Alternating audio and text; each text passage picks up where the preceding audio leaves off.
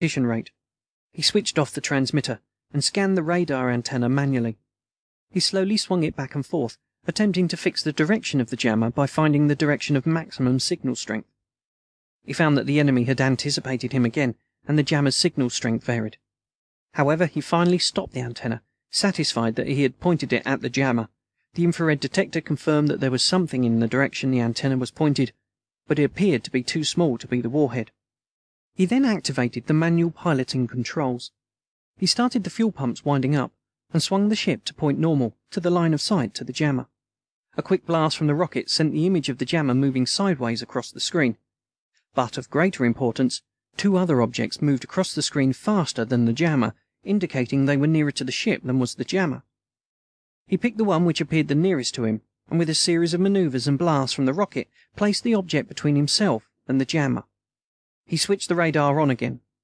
Some of the jammer signal was still leaking through, but the object, whatever it was, made an effective shield. The radar images were quite sharp and clear. He glanced at the clock. Nullifying the jammer had cost him 75 seconds. He'd have to hurry in order to make up for that time. The infrared detector showed two targets which the radar insisted weren't there. He shifted radar frequency. They still weren't there. He decided they were small fragments which didn't reflect much radar energy, and rejected them. He set the radar to a linear polarized mode. 8 of the targets showed a definite amplitude modulation on the echo. That meant they were rotating slowly. He switched to circular polarization to see if they presented a constant area to the radar beam. He compared the echoes for both modes of polarization. 5 of the targets were skin fragments, spinning about an axis skewed with respect to the radar beam.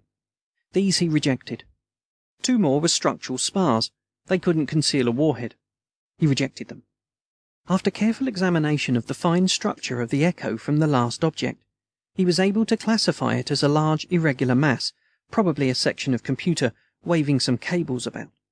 Its irregularity weighed against its containing the warhead. Even if it didn't burn up in the atmosphere, its trajectory would be too unpredictable. He turned to the rest of the targets. Time was getting short.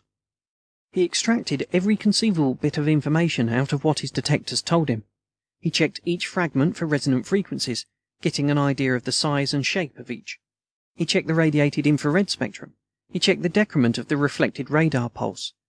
Each scrap of information was an indication about the identity of the fragments. With frequent glances at the clock, constantly reminding him of how rapidly his time was running out, he checked and cross-checked the data coming into him.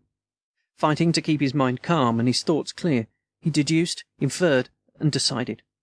One fragment after another he sorted, discarded, rejected, eliminated, excluded, until the screen was empty. Now what? Had the enemy camouflaged the warhead so that it looked like a section of the missile's skin? Not likely. Had he made a mistake in his identification of the fragments?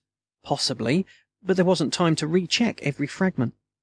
He decided that the most likely event was that the warhead was hidden by one of the other fragments. He swung the ship, headed it straight for the object shielding him from the jammer, which had turned out to be a section from the fuel tank. A short blast from the rockets sent him drifting towards the object. One image on the screen broadened, split in 2. A hidden fragment emerged from behind one of the ones he had examined. He rejected it immediately. Its temperature was too low. He was almost upon the fragment shielding him from the jammer. If he turned to avoid it, the jammer would blank out his radar again. He thought back to his first look at the cloud of fragments. There had been nothing between his shield and the jammer. The only remaining possibility, then, was that the warhead was being hidden from him by the jammer itself. He would have to look on the other side of the jammer, using the ship itself as a shield. He swung out from behind the shielding fragment and saw his radar images blotted out. He switched off the radar and aimed the ship slightly to one side of the infrared image of the jammer. Another blast from the rocket sent him towards the jammer. Without range information from the radar, he would have to guess its distance by noting the rate at which it swept across the screen. The image of the jammer started to expand as he approached it. Then it became dumbbell-shaped and split in 2. As he passed by the jammer, he switched the radar back on. That second image was something which had been hidden by the jammer. He looked around. No other new objects appeared on the screen. This had to be the warhead. He checked it anyway. Temperature was -40 degrees Fahrenheit. A smile flickered on his lips as he caught the significance of the temperature. He hoped the launching crew had gotten their fingers frozen off while they were going through the countdown. The object showed no anomalous radar behavior. Beyond doubt, it was the warhead. Then he noted the range. A mere 1,300 yards. His own missile carried a small atomic warhead. At that range, it would present no danger to him. But what if it triggered the enemy warhead? He and the ship would be converted into vapor within milliseconds. Even a partial low-efficiency explosion might leave the ship so weakened that it could not stand the stresses of return through the atmosphere. Firing on the enemy warhead at this range was not much different from playing Russian roulette with a fully loaded revolver. Could he move out of range of the explosion and then fire? No. There were only 12 seconds left before he had to start the pull-out. It would take him longer than that to get to a safe range, get into position, and then fire. He'd be dead anyway, as the ship plunged into the atmosphere and burned up. And to pull out without firing would be saving his own life at the cost of the lives he was under oath to defend. That would be sheer cowardice. He hesitated briefly, shrugged his shoulders as well as he could inside his flying suit, and snapped a switch on the instrument panel. A set of crosshairs sprang into existence on the screen. He gripped a small lever which projected up from his right armrest, curled his thumb over the firing button on top of it. Moving the lever, he caused the crosshairs to center on the warhead. He flicked the firing button to tell the fire control system that this was the target. A red light blinked on, informing him that the missile guidance system was tracking the indicated target. He hesitated again. His body tautened against the straps holding it in the acceleration couch. His right arm became rigid, his fingers petrified. Then, with a convulsive twitch of his thumb, he closed the firing circuit. He stared at the screen, unable to tear his eyes from the streak of light that leapt away from his ship and towards the target. The missile reached the target, and there was a small flare of light. His radiation counter burped briefly. The target vanished from the radar. But the infrared detector insisted there was a nebulous fog of hot gas shot through with a rain of molten droplets where the target had been. That was all. He had destroyed the enemy warhead without setting it off. He stabbed the Mission Accomplished button and flicked the red-handled toggle switch, resigning his status as pilot. Then he collapsed nerveless into the couch. The autopilot returned to control. It signaled the air defense network that this hostile track was no longer dangerous. It received instructions about a safe corridor to return to the ground, where it would not be shot at. As soon as the air was thick enough for the control surfaces to bite, the autopilot steered into the safe corridor. It began the slow, tedious process of landing safely.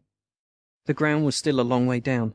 The kinetic and potential energy of the ship, if instantly transformed into heat, was enough to flash the entire ship into vapor. This tremendous store of energy had to be dissipated without harm to the ship and its occupant. Major Harry Lightfoot, fighter pilot, lay collapsed in his couch, exhibiting somewhat less ambition than a sack of meal. He relaxed to the gentle massage of his G-suit. The oxygen control winked reassuringly at him as it maintained a steady flow. The cabin temperature soared, but he was aware of it only from a glance at the thermometer. The air conditioning in his suit automatically stepped up its pace to keep him comfortable. He reflected that this might not be so bad after all. Certainly none of his ancestors had ever had this comfortable a ride home from battle. After a while the ship had reduced its speed and altitude to reasonable values. The autopilot requested and received clearance to land at its pre-assigned base. It lined itself up with the runway, precisely followed the correct glide path, and flared out just over the end of the runway. The smoothness of the touchdown was broken only by the jerk of the drag parachute popping open. The ship came to a halt near the other end of the runway. Harry Lightfoot disconnected himself from the ship and opened the hatch. Carefully avoiding contact with the still hot metal of the skin of the ship, he jumped the short distance to the ground. The low purr of a motor behind him announced the arrival of a tractor to tow the ship off the runway. "You'll have to ride the tractor with me, sir. We're a bit short of transportation now." "Okay, Sergeant. Be careful hooking up. She's still hot." "How was the flight, sir?" "No sweat. She flies herself most of the time." The End of Pushbutton War by Joseph P. Martino.